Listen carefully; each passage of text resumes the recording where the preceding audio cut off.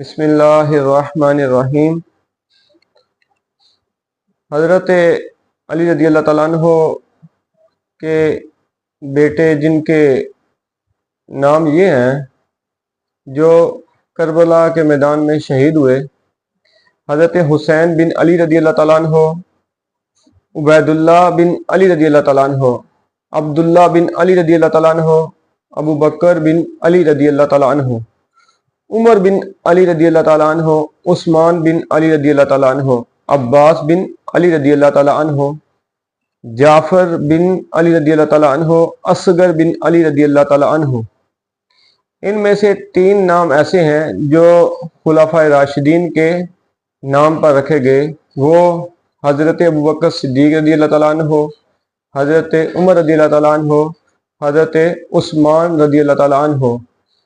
اس سے پتہ چلتا ہے کہ حضرت علی رضی اللہ تعالیٰ عنہ کی کتنی محبت خلفائے راشدین کے ساتھ تھی کہ انہوں نے اپنی اولاد کے نام بھی حضرت شیخین اور حضرت عثمان رضی اللہ تعالیٰ عنہ مجمعین کے نام پر رکھا۔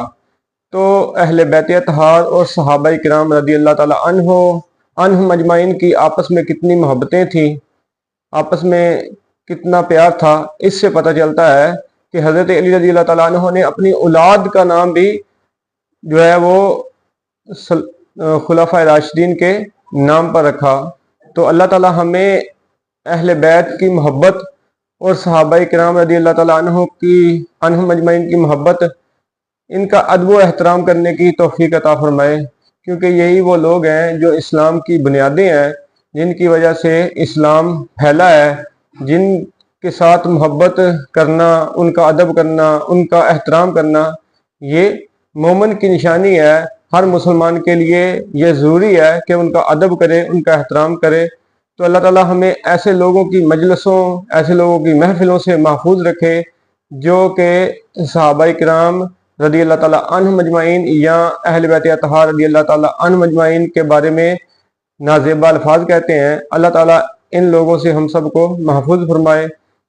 اللہ تعالیٰ ہم سب کے لیے آسانیاں پیدا فرمائے۔